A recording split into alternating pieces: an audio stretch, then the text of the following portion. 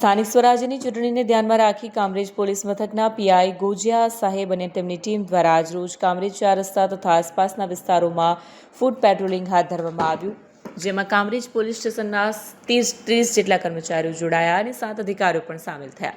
30થી વધુ વાહનો જપ્ત કરીને ડિટેઇન કરવામાં આવેલા અને કાયદેસરની કાર્યવાહી કરવામાં આવી। 30થી વધુ વાહનોને મેમો આપી કાર્યવાહી કરાઈ છે। રસ્તા પર ચેકિંગ દરમિયાન રસ્તા પર આડેધડ પાર્કિંગ કરાયેલા વાહનો સામે તેમજ શાકભાજી પાથરણા સામે કડક કાર્યવાહી હાથ ધરવામાં આવી। આવા વાહનો ડિટેઇન કરવામાં આવ્યા। પોલીસની આ કામગીરીને કારણે વિસ્તારમાં ટ્રાફિક વ્યવસ્થા સુધરતી જોવા મળી હતી, તેમજ કાયદો અને વ્યવસ્થા જળવાઈ રહે તે માટે સાવચેતીના પગલાં લેવામાં આવ્યા। કામગીરીને લઈને સ્થાનિક નાગરિકોએ પોલીસની કામગીરીને બિરદાવી હતી। આજરોજ કામરેજ પોલીસ સ્ટેશન વિસ્તારમાં આગામી તાલુકા પંચાયત અને જિલ્લા પંચાયતની ચૂંટણીને અનુલક્ષીને ફૂટ પેટ્રોલિંગનું આયોજન કરવામાં આવેલું, જે ફૂટ પેટ્રોલિંગમાં કામરેજ પોલીસના 30 પોલીસ કર્મચારીઓ જોડાયેલા, જેમાં 7 અધિકારીઓ પણ સામેલ।